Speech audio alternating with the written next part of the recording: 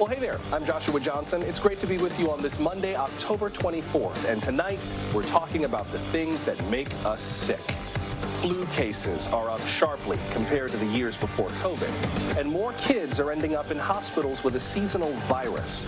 Dr. John Torres joins us with more on what's going around and what to do. Then,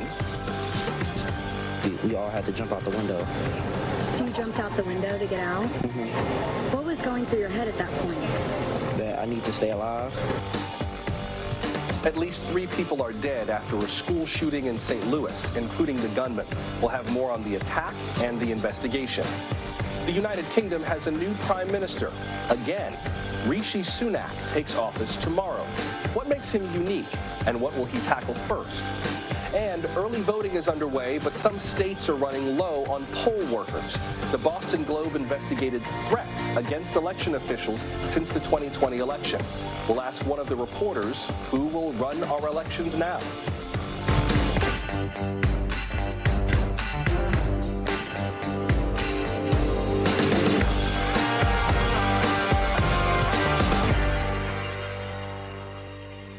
So, how you feeling these days? Sniffling, sneezing, coughing up all kinds of fall colors? It's unpleasant. And we know it's everywhere. An array of seasonal viruses hitting harder and sooner than usual.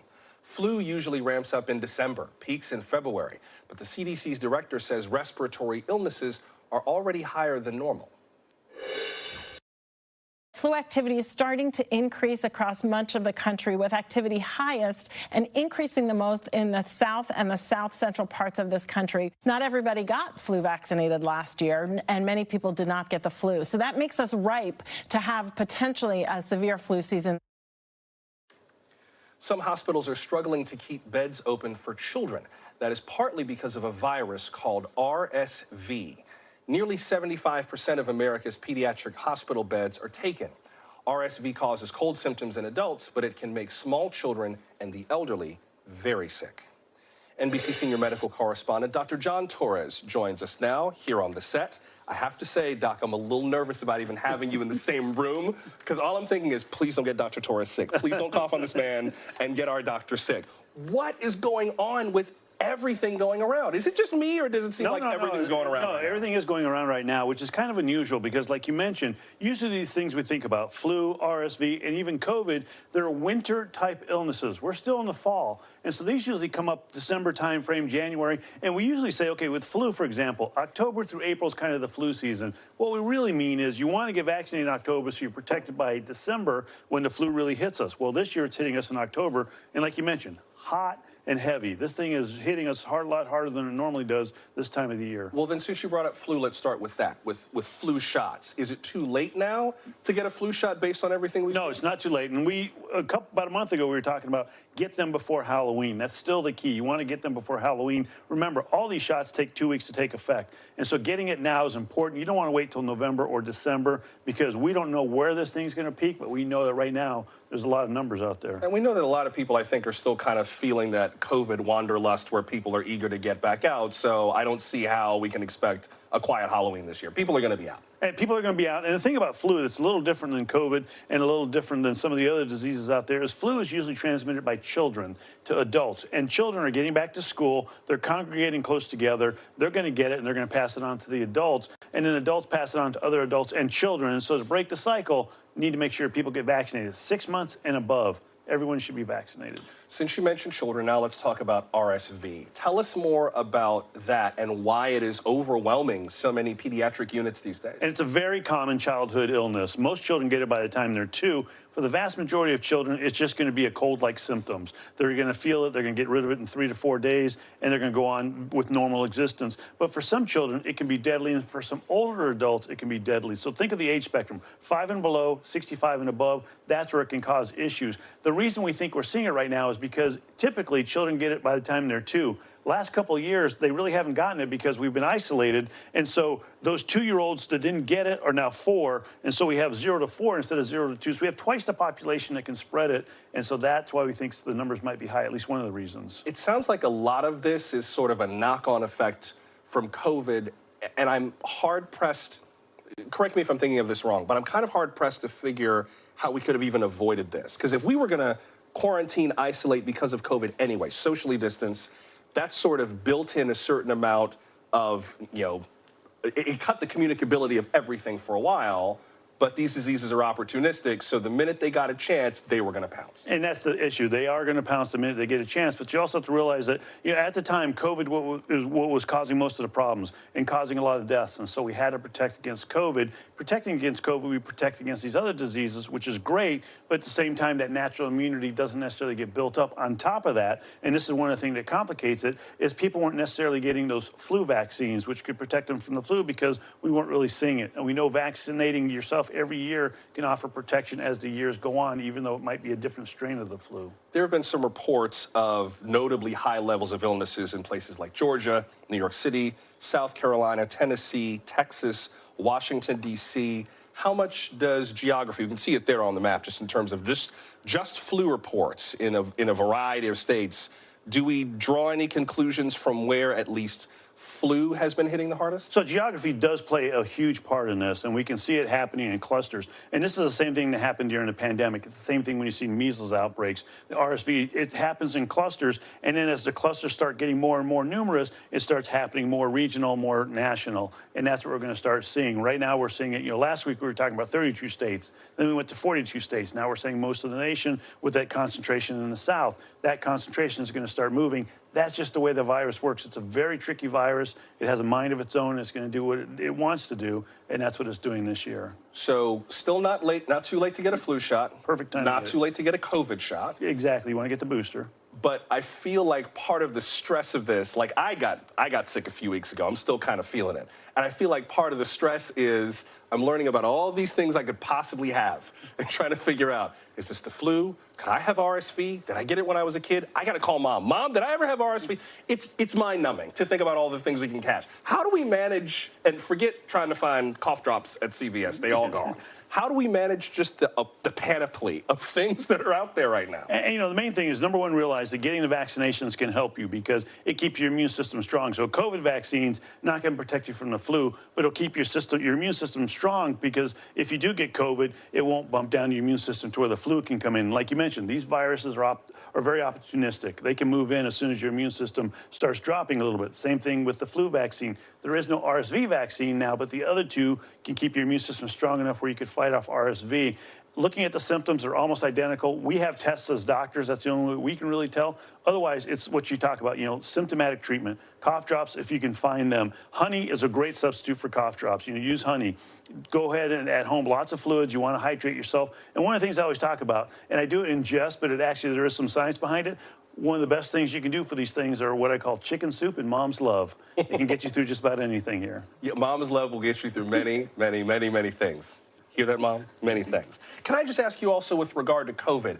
I've heard some reports, just anecdotally, of people getting this latest booster, the one that's targeted to BA.5, this latest Omicron variant, and that they said really knocked them out. They didn't get those effects from the first COVID shot, but some folks have described getting almost that kind of COVID-like effect just from this new booster. Is there anything to that? I've heard the same thing, and they're looking into that people are saying the symptoms from the shots tended to be a little stronger than other ones. But if you remember, when we were first getting the vaccine, some people were saying the second dose was worse than the first dose worse than the second, the booster. And so it's going to depend on the person and their immune system. And so that shouldn't be a reason not to get the booster because it's very protective from dying from COVID, which at the end of the day is what we want to make sure happens. And it could protect you from long-term effects, at least we think it might. So again, you might get those symptoms. They're only going to last a day or two, usually less than 24 hours, and they go away. But it's a great shot. And briefly, before I got to let you go, we may not have enough data yet, but is there any sense of how long we expect this peak to last? Like, is this the kind of thing we get used to year after year, or we still got to wait and see? Are you talking about with COVID or flu, or? With this kind of array of COVID, flu, RSV, everything. More than likely, this is going to be kind of an anomalous year. It's not going to happen every year because of coming off the pandemic and, going through what we went through. But we do think that we haven't reached the peak yet, and the concern is when will we get it? Hopefully next year we're back to regular seasons where it happens like it normally does, because typically these three viruses should not be happening at the same time. the fact they are is troublesome, and that's what has a lot of people concerned. Yeah, at least mercifully, you know, the protocol for if you feel sick is kind of the same. It is. Stay home, hydrate, talk to your And that's an doctor. important point. If you're sick, stay home. Stay home. NBC senior medical correspondent Dr. John Torres. Doctor, thanks very much. Thank you. Police in St. Louis are investigating a school shooting that happened today. The attack left 3 people dead, including the alleged gunman. Officials say they got a call about an active shooter around 9 a.m. Central Time. Police say an officer shot the suspect dead. NBC's Miguel Almaguer has more on the investigation. Hey, Miguel. Hey, Josh, good evening. It was a terrifying and chaotic scene in St. Louis today. A local news helicopter capturing images of high school students leaping from a rooftop to escape a young shooter with a long gun. It happened at Central Visual and Performing Arts High School on the 3rd floor after the shooter quickly killed 2 people. Authorities say police ran towards the gunfire and struck the suspect, who died as officers were returning fire. 7 people were taken to local hospitals suffering from gunshot and shrapnel wounds.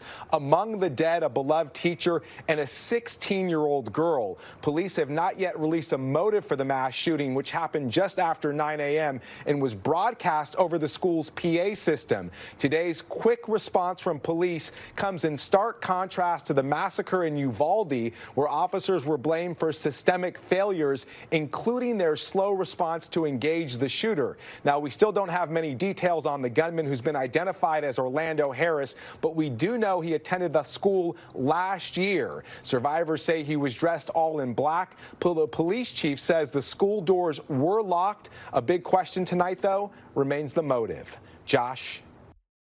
Yeah, that's the question indeed. Thank you, Miguel. That's NBC's Miguel Almaguer reporting. We know that other nations are spying on the United States. We know that. But today, federal prosecutors laid out 3 cases of alleged espionage by China. The Justice Department charged 13 individuals in the U.S.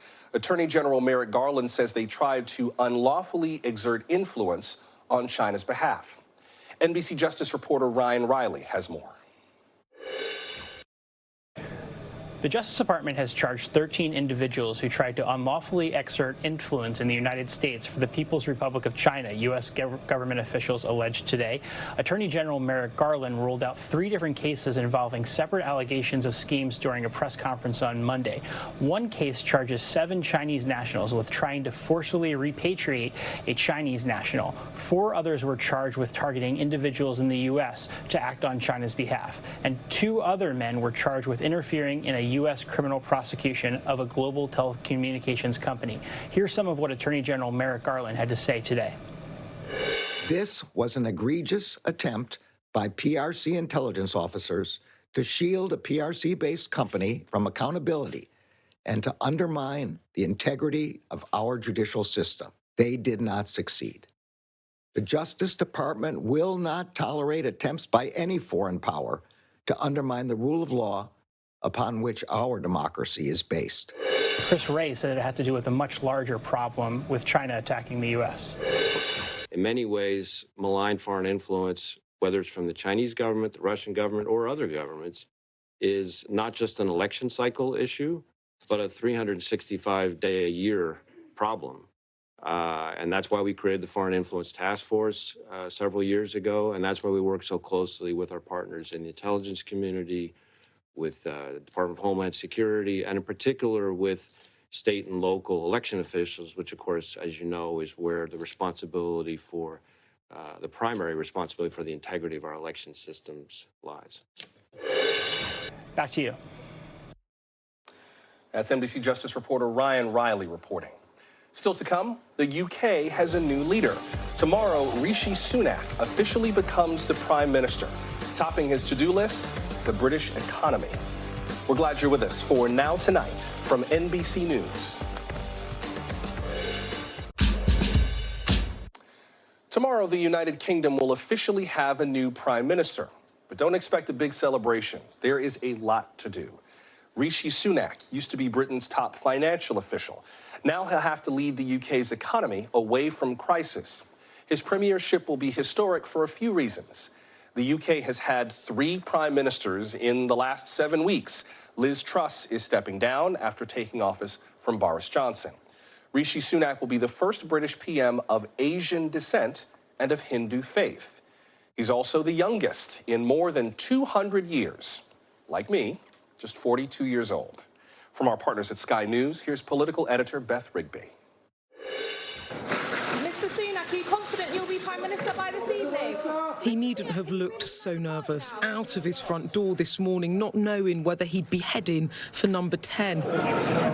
By mid-afternoon, it was confirmed. All smiles, this lot waiting for their new leader. Rishi Sunak's supporters so relieved. But a reception to mask the true mood. Rishi Sunak, can you unite the party? A divided party, a daunting task ahead. And this a Prime Minister that will need to rise to the challenge. It is the greatest privilege of my life to be able to serve the party I love and give back to the country I owe so much to. The United Kingdom is a great country, but there is no doubt we face a profound economic challenge. We now need stability and unity, and I will make it my utmost priority to bring our party and our country together, because that is the only way we will overcome the challenges we face and build a better, more prosperous future for our children and our grandchildren. I pledge that I will serve you with integrity and humility, and I will work day in, day out to deliver for the British people. Just after 2 o'clock came the announcement that there was another Tory leader in the space of just 8 weeks. Banging in backbench leader Sir Graham Brady as the other contender left the race. Rishi Sunak is therefore elected as leader of the Conservative Party. Just minutes before, Penny Mordaunt issued a statement admitting defeat but calling for unity, saying, "I am proud of the campaign we ran and grateful to all those across all sides of our party who gave me their backing. We all owe it to the country, to each other and to Rishi to unite and work together for the good of the nation. There is much work to be done." This MP had backed Miss Mordaunt but changed his mind this morning, calling on her to fall behind Rishi Sunak. I canvassed my association this morning, my executive and my councillors. They were overwhelmingly, the message was, it's you MPs who've got to come together, back somebody, unite behind them and bring the stability we need. Don't give us a contest. In the end, not a contest but a coronation. Mr Sunak with the backing of over half of the parliamentary party. His supporters not hard to find. Delighted. Marvellous. You're really happy? Cock a hoop. Oh, I think this is very good news for the country. I think Rishi Sunak will bring stability. He's a very high-quality individual with a great amount of integrity. We now have a Prime Minister who's going to govern in the interest of the whole country. I think he'll choose the best talents of the Conservative Party to make sure we do that, and it'll be competent, sensible government. But for all his supporters' spin, the opposition not convinced, calling for a general election. And they can't just keep doling out prime ministers every month because they're in total chaos and they've lost control of the market and haven't got any ideas of how they're going to tackle the cost of living that people are facing. Tory MPs have seen the polling, they've lived the chaos, they want to end the mayhem, and Rishi Sunak can take comfort that senior figures from all wings of the party came out to back him. But that public support is far from universal. Privately, Penny Mordaunt, I'm told by her team, was in touching distance of getting the 100 MPs needed to force him into a runoff. She wanted to fight him. The question is, do others too? For now, Tory MPs embracing their new leader. He'll be hoping to get the honeymoon period that Liz Truss did not. But his in tray isn't getting any easier. Beth Rigby, Sky News, Westminster. Up next, COVID and the classroom. Just how much did the pandemic hurt student progress? A new national report card shows big losses in key subjects. We'll break down the numbers and see what can be done about them when we come back.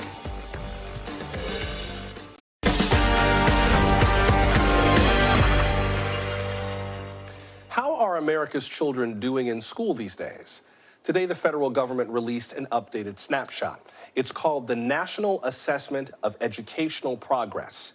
But this time around, progress was hard to come by. The NAEP measures various subjects, but it provides district-level results in reading and math in 4th, 8th, and 12th grades. The latest reading scores are down significantly for students in nearly every state across all demographic groups. Math scores dropped in every state. Education Secretary Miguel Cardona called the results appalling and unacceptable. He described it as a moment of truth for education. It's unclear what will turn things around, but there is agreement on one reason for the decline: COVID, keeping kids out of class. NBC Chief Education Correspondent Rahema Ellis joins us now with more. Rahema, what's the big takeaway from this report? Students need to be in school is a big takeaway because they found that it was an amazing and disappointing and devastating effect that the pandemic disruptions on education had on children. You've seen some of the numbers. The report found out that only 26% of 8th graders were proficient or above in math. Math seemed to be the real problem with many students. And in reading, just 33% of 4th graders were proficient or above, and that's down from 35%. And this is since 2019. So what the experts are telling us is that in-person instruction is vital. A lot of people were talking about how there were some benefits to remote learning because at least children were not left at home with nothing. But the disruptions in remote learning were so severe that it caused these kinds of numbers when they went to test students just recently. And it's devastating, the effect that it's having on their learning. And experts are concerned about the long term it might have in terms of these students' education and what kind of livelihood they might be able to achieve going forward after high school. Now, this is a periodic assessment that's done of kids all across the country to test basic skills in key subjects. This has got to be very concerning to a lot of parents who you've heard from. We heard from one who wrote to us with their reactions about what all this has been like for their kid. Yadi emailed, "Our 12-year-old returned to school and we have struggled. I was just informed I had to return to the office full-time and my pre-COVID work-from-home days were eliminated completely. This pushed me to look for different employment opportunities so that I may support my child. I am tired." Rahema, what are parents telling you? Pretty much the same kind of thing, and that concern about what's happening with their children now that they're back in school. Are the schools prepared to help them? Listen to this one parent.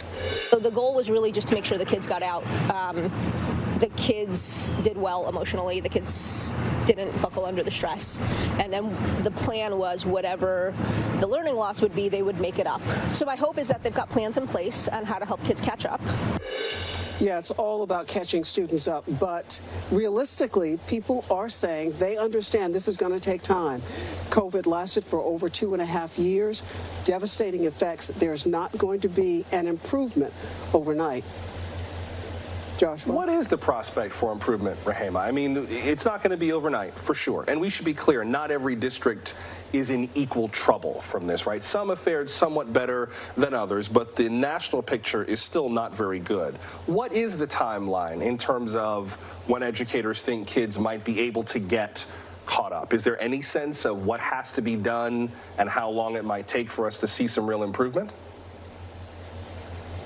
Yeah, we're talking about years. On the short term, it might be 1 to 2 years, and it could be longer than that, depending on where the children are in what school district they're in.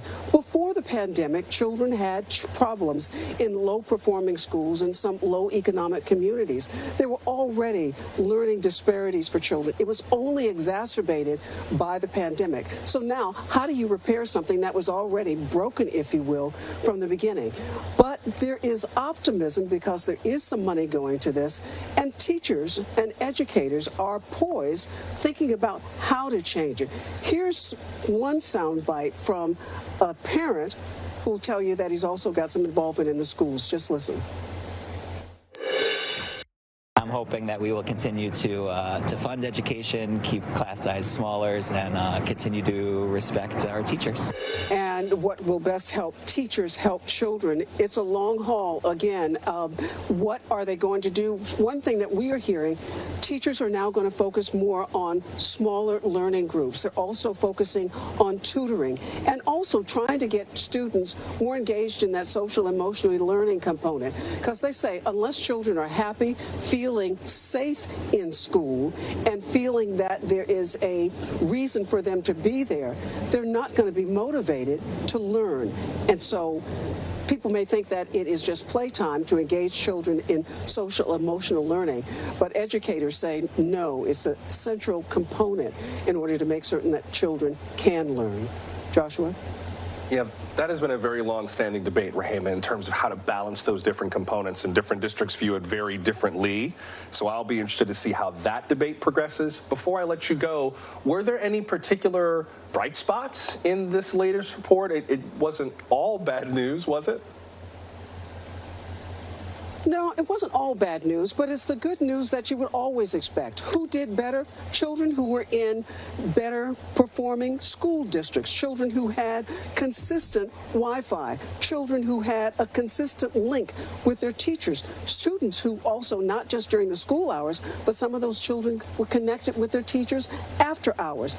It seems kind of the ABCs of learning. If you're connected with your teacher, the chances are you'll be connected with learning and academic advancement. And that's what happened for those students who did do better, if you will, on the exam. All right. Thank you, Rahema. That's NBC's chief education correspondent, Rahema Ellis.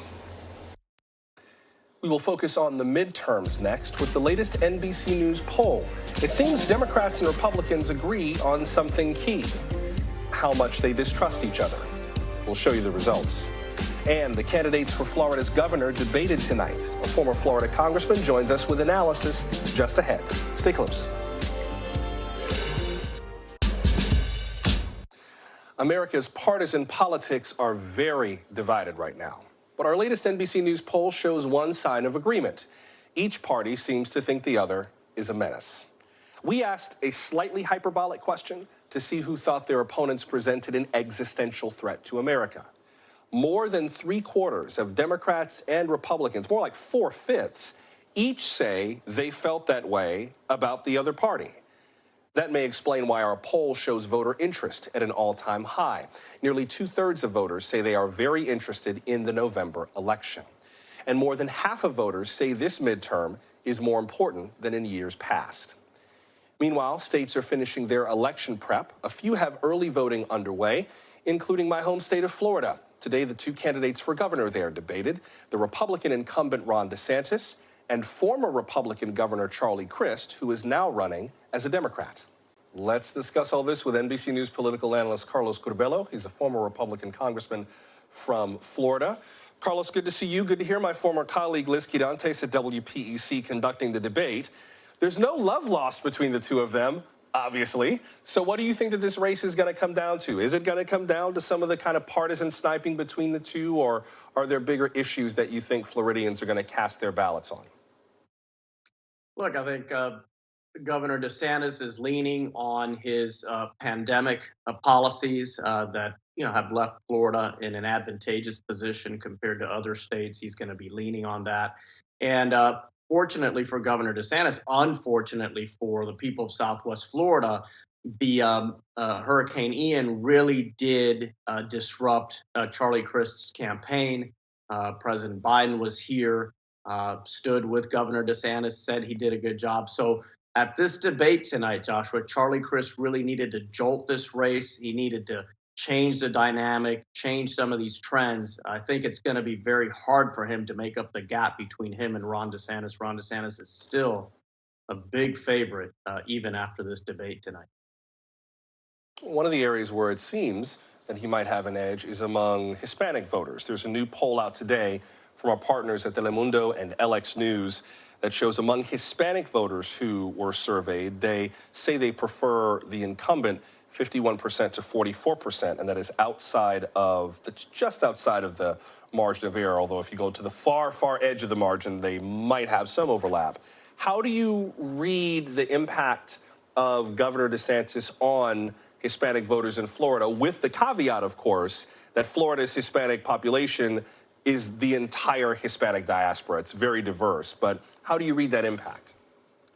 Joshua, a lot of people look for specific policies to explain this trend of Republicans increasingly getting the support of the Hispanic community. But I really think the cultural factors are a lot more powerful and explain this dynamic. In recent years, you've heard a lot of progressives focus on our country's flaws, talking about how our country is unfair. And certainly this is a flawed country. It's not a perfect country. No one should argue otherwise. But you do have Republicans speaking in Hispanic communities about how the United States is a land of opportunity, the land for people who want to work and get ahead. And I think that those themes are really resonating with the Hispanic community. Think about it. If you're a recently arrived immigrant, you came from, I don't know, Venezuela, Nicaragua, Cuba, Colombia, Central America, maybe you were fleeing political persecution, maybe you were fleeing poverty, violence. You come to this country and you do believe that it is the greatest country in the world, and you do feel fortunate to be here. And that's where I think sometimes the left fails to connect with these Hispanic communities, because they focus too much on what's wrong with our country when you're dealing with a group of people who feel very blessed and fortunate to be here.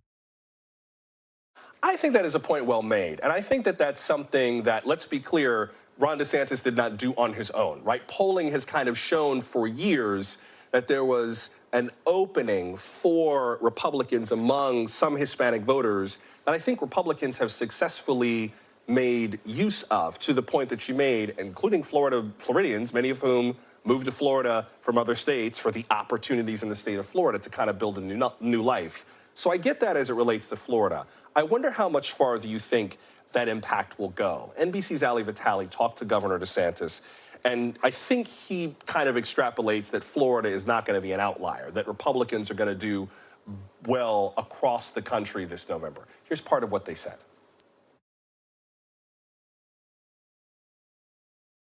All right, let me just read the transcript. I don't think we have the clip, but basically he said that he's looking for a red tsunami in November, certainly hoping for one, he said. I'm not sure how much we extrapolate from Ron DeSantis for Republicans across the country, but how do you see it? Well, Joshua, look, without a doubt, Democrats this cycle are trying to defy political gravity.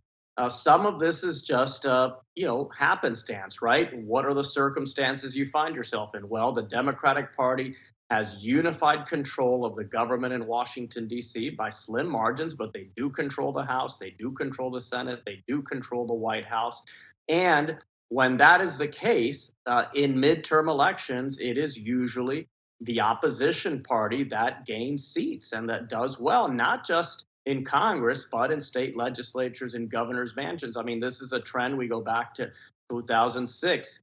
When George Bush and Republicans lost Congress, 2010, when President Obama lost the House, 2014, President Obama lost the Senate, and then 2018, President Trump lost the House. So Democrats are really trying to defy political gravity. On top of that, you have this unique challenge of inflation. And again, whether it's specifically Democrats' fault or not, when you are in power, you get blamed. We see this in sports a lot, right? The coach, whoever the coach is, maybe there's all sorts of factors that are hurting the team, but typically it's the coach that pays the price. And right now, and anything can happen in the next couple of weeks, but right now, all of the polling is indicating that Republicans will have a good night on the 8th of November.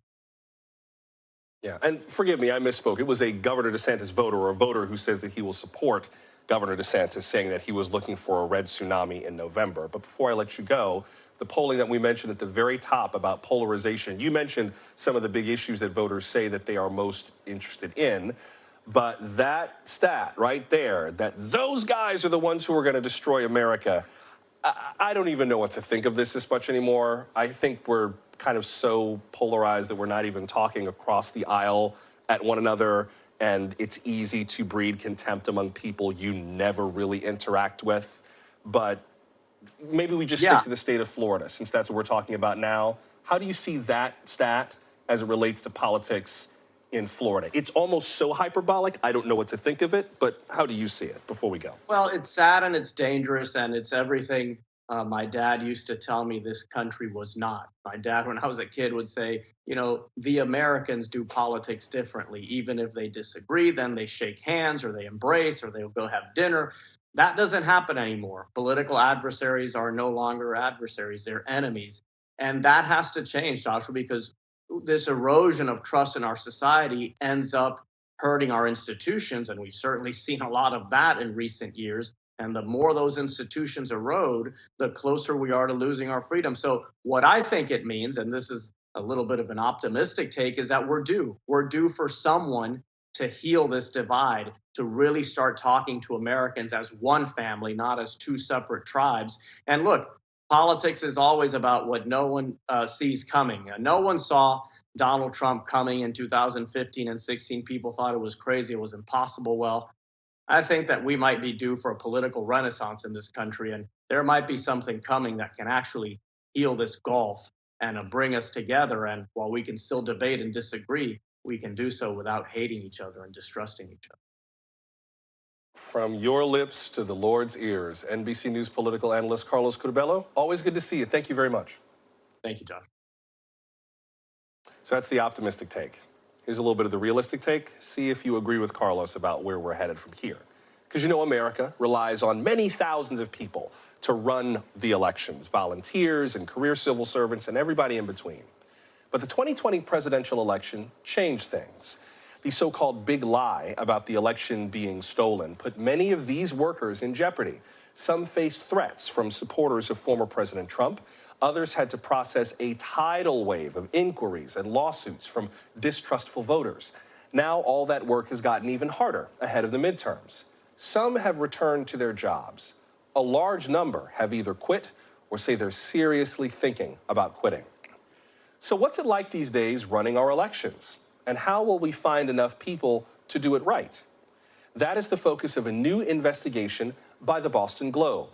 National political reporter Jim Puzangara helped report this investigation, and he joins us now. Mr. Puzangara, welcome. Good to have you with us. Thanks for having me. First of all, before we get to some of the drama that these workers have been dealing with, can you just explain for us what it is that these folks do on a regular basis? I mean, what is the work of being a poll worker or an election staffer like? Sure. I mean, these are the people that run elections. We have a very decentralized system in the country. There are 10,000 localities that hold elections. And we decided to look at the people in counties and cities and towns that run the election. The specific official in whether it's a county or whatever, that's in charge of running the election. So they have to make sure that all the equipment is working, make sure that there are polling places, make sure that there are enough workers and poll workers. They do all the grunt work that is involved in keeping the democracy running. They're the people that run the elections, and without them, you don't have a functioning democracy. A number of the people who you write about in the investigation have expressed deep distrust of the system and concerns that there is coordination between election workers, and election workers are in on some kind of scam or scheme to slant the results. What would it take for that to happen? My view of election systems is that they're so decentralized and so diverse and so locally run that to get that many people to agree to that kind of a scheme with the threat of that kind of prison time is, the odds are slim to none, and Slim left the room. There's just no way it's possible. Yeah, you'd have to have thousands of people involved in some vast conspiracy. And there are checks and balances in the system. There are recounts. There are audits that are done. When you look at Georgia and all the controversy over Georgia, Georgia has voting machines that print out paper ballots that the voter then puts into a scanner. Those ballots can be counted. They can be hand counted, which they did, both of those things after the 2020 election. And they found very, very little difference in from the original count to the final count.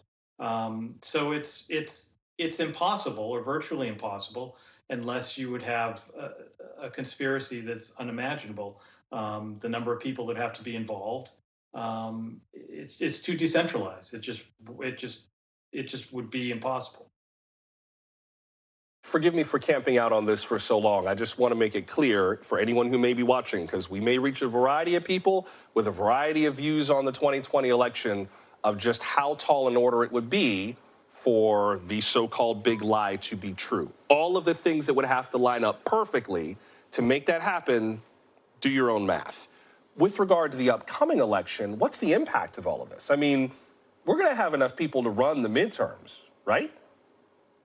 Yeah, I mean, there's been a huge exodus of these top election officials in counties and cities and towns around the country. We collected and analyzed the data from 5 battleground states, the 5 states that swung the 2020 election. So Arizona, Georgia, Michigan, Pennsylvania, and Wisconsin. And we found that about 30% of those top local election administrators have left since 2020. Now, normally you get people leaving after the presidential election because it's the biggest election. It's a very stressful period. So we compared that figure to 2016, and it was only about 18% of people had left. So there's a significant increase. But of course, a lot of people have stayed. The people who have left have been replaced either permanently or in a lot of cases on an interim basis. But it's creating a lot of additional stress on the system at a time when people are looking to seize on any mistake. And when you're talking about casting thousands and hundreds of thousands of ballots in these communities, you're going to have some mistakes. The question is whether they're mistakes that swing an election, that change who won. Those don't usually happen. And it's putting stress on the system. And for the people, sorry, before I have to let you go, for the people who are staying for the midterms, what are they bracing themselves for? Have they kind of just made peace with all of the kind of chaos around their office? What are they expecting before we go? They're expecting more stress, more complaints, more challenges. They're bracing for that. They're preparing for that because that's what's been going on for 2 years now. Jim Puzangera of the Boston Globe. It's a fascinating look behind the scenes at what it takes to run our elections, and I appreciate you coming on to talk to us about it. Thank you very much. Hey, thanks a lot. We'll get to some of today's other top stories before we go, including warning shots fired between North and South Korea, the next era of Chinese politics under President Xi Jinping, and the death of a comic actor who kept many of us company during COVID. Today, we're going to make the back stretcher a baton. Because when I was little, my daddy took me to my very first football game. He said, this is the offense, this is the defense. And I said, but when do the majorettes come out?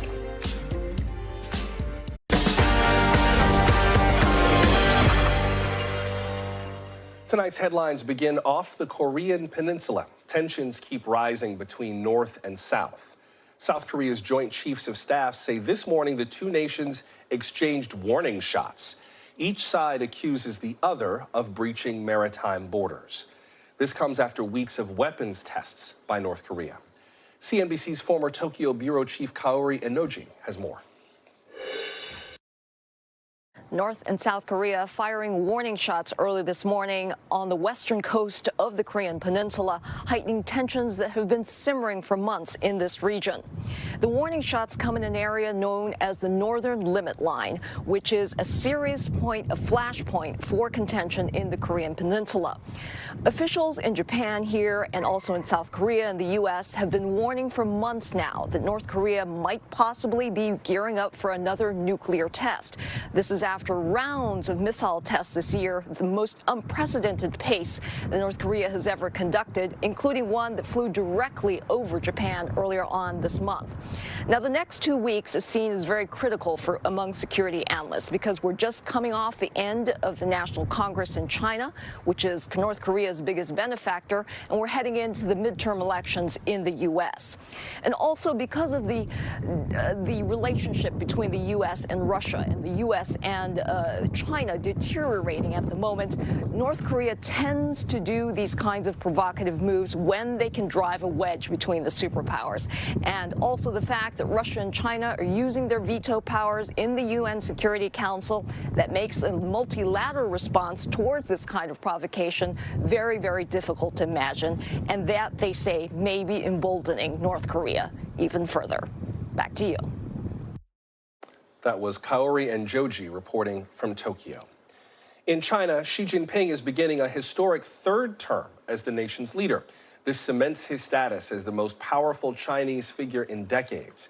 His authoritarian rule will last for another 5 years, and who knows how much longer than that.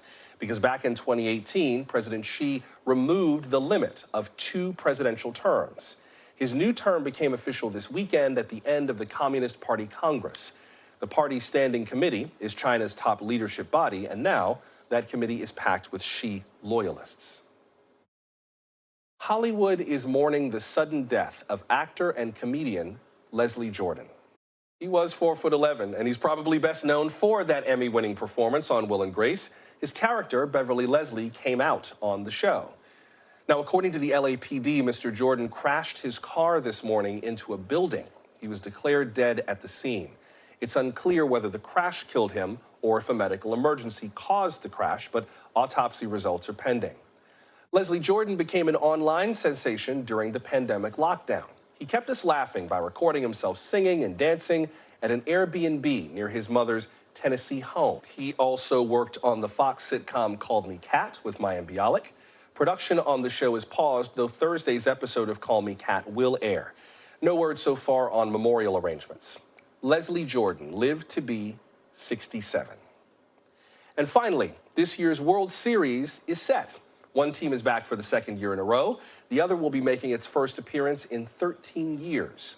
The returning team is the American League champion Houston Astros. They have yet to lose a game in this postseason. The Astros beat the New York Yankees 4-0. On the National League side, we have the Philadelphia Phillies. They beat the San Diego Padres in 5 games. Now, if you haven't been following all of the postseason, here are a couple of early storylines to pay attention to, just so you can keep up in conversation. One is the Astros manager, Dusty Baker. He is considered one of the best in the game ever, but he has yet to win a World Series as a manager. We'll see if the third time is the charm. And the Phillies are expecting even more big things from Bryce Harper. Some say he's one of the best hitters in a generation. One of his hits is the reason the Phillies are going to the World Series, and this will be Harper's first World Series. Game 1 of the series is in Houston this Friday. Hey, we always appreciate you making time for us. If you're rooting for the Phillies or the Astros, feel free to let us know. You can also send us your thoughts on the dearth of election poll workers or on any of the stories we discussed tonight. We're at NBC Now Tonight on social media. You can always leave us a brief but brilliant voicemail, 888-575-2NBC, 888-575-2622, or you can email us nowtonight@nbcnews.com. So until we meet again, I'm Joshua Johnson. Thank you so much for making time for us, and we'll see you tomorrow. Good night.